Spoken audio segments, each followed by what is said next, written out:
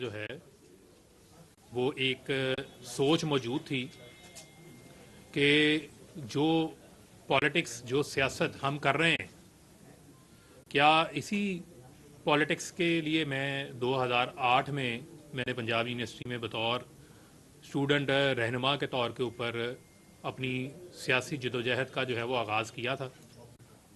کیا پاکستان جس پاکستان کو ہم اس وقت ایک سوچ لے کر آئے تھے کہ اس وقت کے نوجوانوں نے جو ہے وہ ملک بنانے کے لیے قائد اعظم محمد علی جناح کا ساتھ دیا تھا اور ایک متحرک رول پلے کیا تھا، تو ہم تو پاکستان کو حقیقی معنوں میں قائد اعظم کا پاکستان بنانے کے لیے اپنی جدوجہد کا ہم نے آغاز کیا تھا.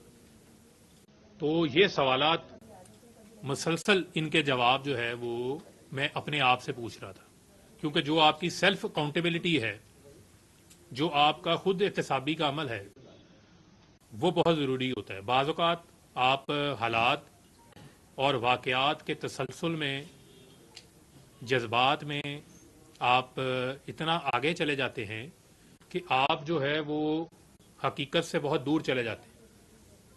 اور میں بھی اسی مرحلے کے اندر اسی جو ہے وہ تذبذب کا شکار تھا. تو میں نے یہ اپنا ایک ٹائم ٹیک اپ کیا تاکہ میں اپنا ایک فیصلہ کر سکوں. اس میں میری بہت سارے ایسے کچھ روحانی لوگ ہیں، انہوں نے بھی میری مدد کی.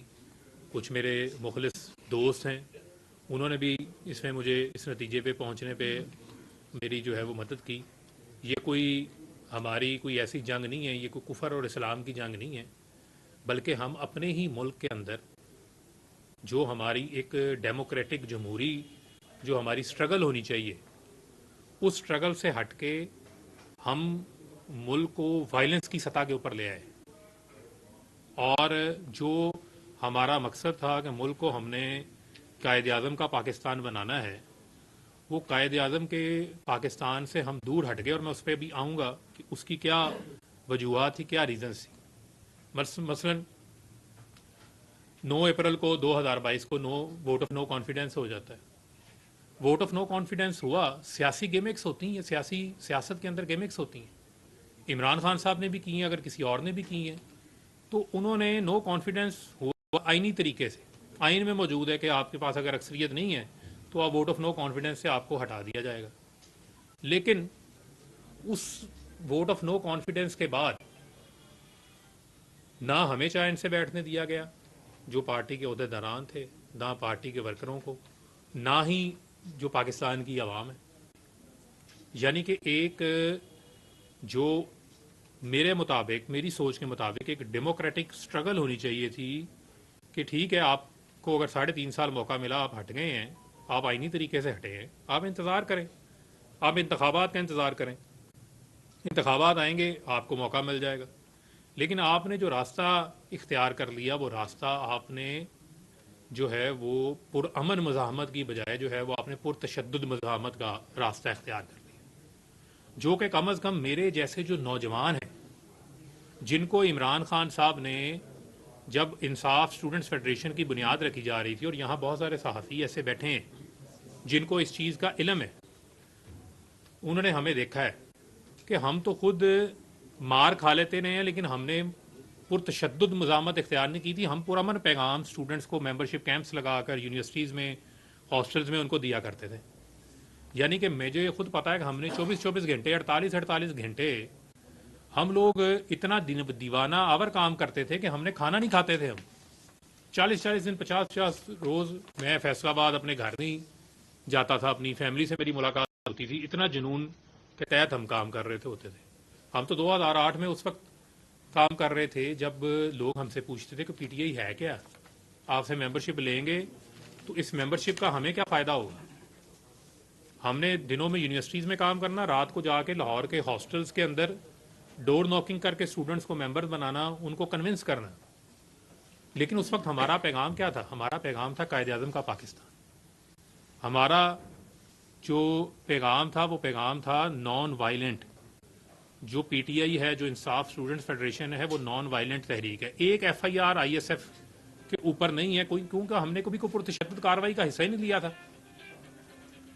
لیکن وہ سٹرگل اگر آپ دیکھیں اور اس کے بعد یہ 9 اپریل کے بعد کیا جو آگے کا مرحلہ ہے اس مرحلے میں آپ نے لوگوں کو کیا پیغام دیا کہ آپ سڑکوں پہ نکلیں، آپ روڈز بلاک کریں، آپ مزاحمت کریں، آپ وائلنس کریں، اور اس وائلنس کے نتیجے میں ایک مسلسل مائنڈ سیٹ ایک پیغام دیا جاتا رہا جہاں پر جو انوسینٹ لوگ تھے وہ کلٹ فالوئنگ کے اندر ان کے مائنڈز کو جو ہے وہ ان کو ہائی جیک کیا گیا اور ان کے دماغ میں مسلسل جو ہے وہ ایک جذبات بھڑکائے جاتے رہے کہ پتہ نہیں جو پاکستان کے ادارے ہیں وہ آپ کے خلاف کام کر رہے ہیں، وہ آپ کو پتہ نہیں پالیٹکس جو ہے وہ نہیں جو ہے وہ کرنے دینا چاہتے. مسلسل ایک نفرت کا جو پیغام تھا وہ بیج بویا جاتا رہا.